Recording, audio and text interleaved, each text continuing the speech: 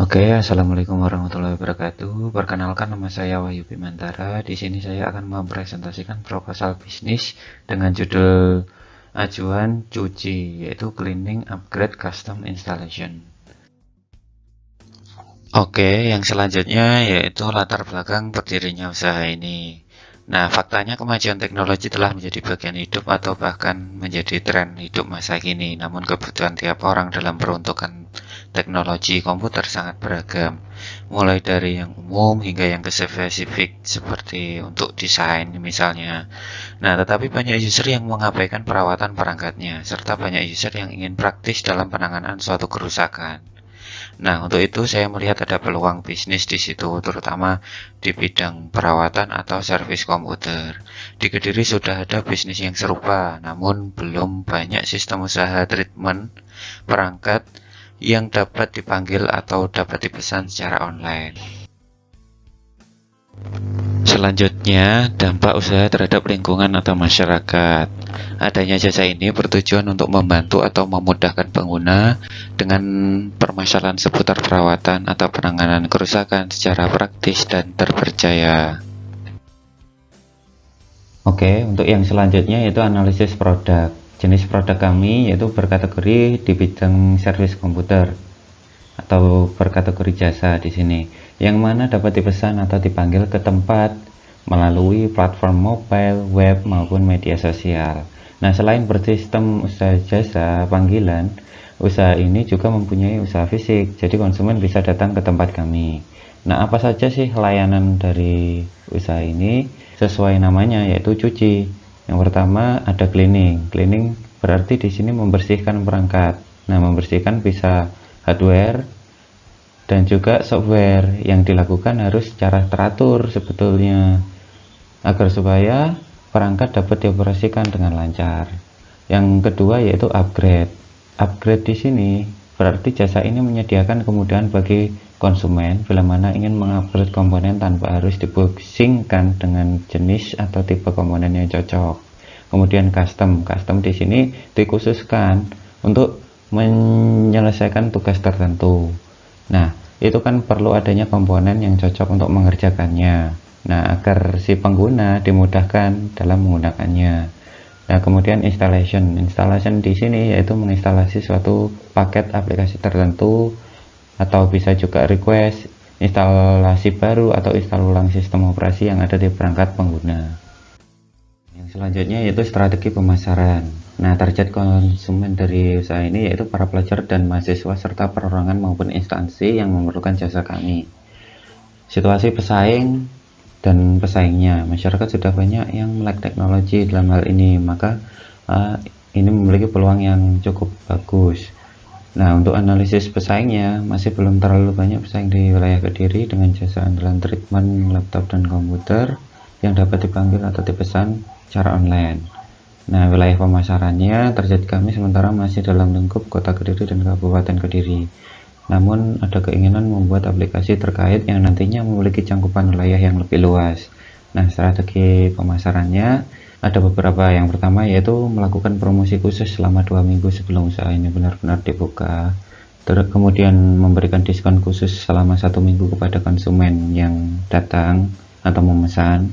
Terus kemudian membuat suatu grup pada salah satu atau sebagian jaringan sosial seperti Facebook dan Instagram maupun WA, Telegram.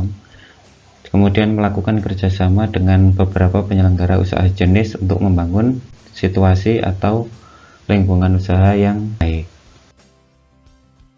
Rencana keuangan, ada modal awal. Nah, modal sumber keuangan awalnya dari modal sendiri dan pinjaman KUR Bank.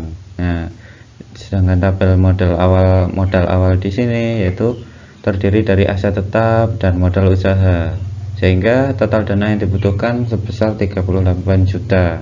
Dengan modal usaha atau biaya operasional istilahnya di sini sebesar 5,5 juta. Nah, penyusunan asumsi di sini yaitu yang pertama yaitu diasumsikan pendapatan pokok atau target pendapatan itu sama dengan biaya operasional total modal usaha pada modal awal, yaitu sebesar 5,5 ini. Nah, dalam penyusunan asumsi ini selama 1 tahun dibagi menjadi sistem triwulan, ada triwulan 1 sampai dengan 4. Asumsinya pendapatan akan naik 10% dari asumsi pendapatan pokok pada triwulan pertama, kemudian naik 30% dari asumsi pendapatan pokok pada triwulan kedua. Pada triwulan ketiga akan naik 15% dari asumsi pendapatan pokoknya, dan triwulan 4 yaitu akan naik 45% dari asumsi pokok pendapatan pertamanya, yaitu selanjutnya yaitu asumsi penerimaan kas pada triwulan pertama. Nah, asumsi penerimaan kas. Nah, di sini berasal dari sisa uang pada modal, tabel modal, kemudian ditambahkan laba rugi pada proyeksi tahun pertama. Nah, selanjutnya asumsi laba rugi tahunan dalam keadaan optimis terjadi kenaikan penjualan 10% dan keadaan pesimis terjadi penurunan sebesar 10%.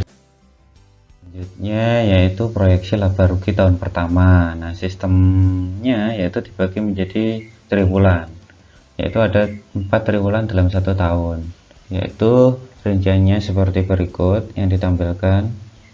Nah, pada asumsi triwulan pertama seperti asumsi sebelumnya, yaitu pendapatan naik 10% dari target pokok pendapatan, kemudian disusul pada triwulan kedua sebesar 30%, triwulan ketiga 15%, dan triwulan keempatnya yaitu 45%, sehingga menghasilkan laba rugi sebesar 4,5 juta.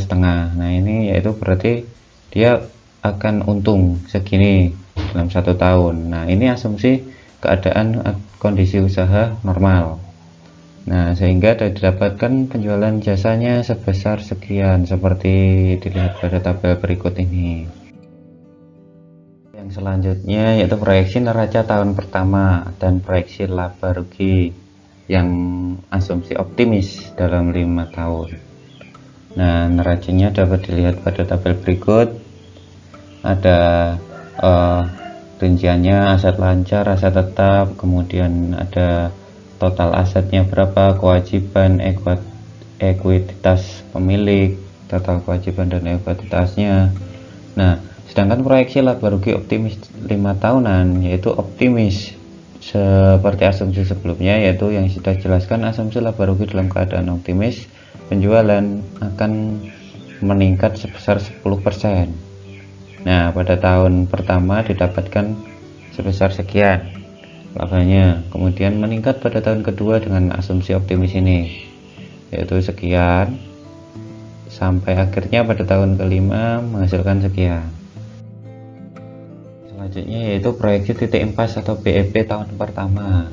Nah, dalam hal ini kami susun dalam keadaan normal, tetapi kami optimis untuk mencapai keadaan atau kondisi optimalnya.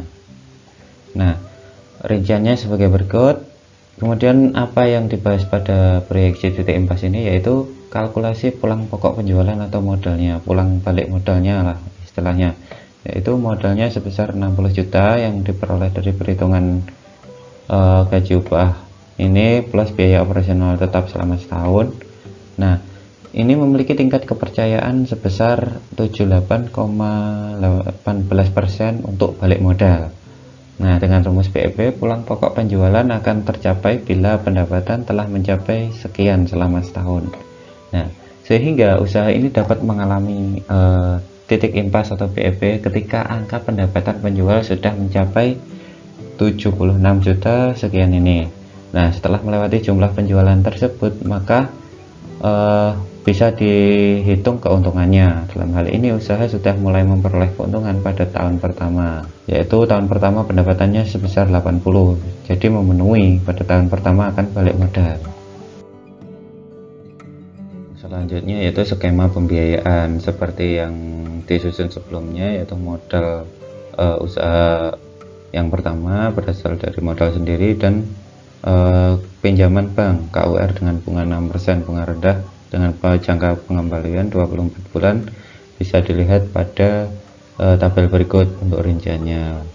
Nah, sekian dari presentasi saya. Wassalamualaikum warahmatullahi wabarakatuh.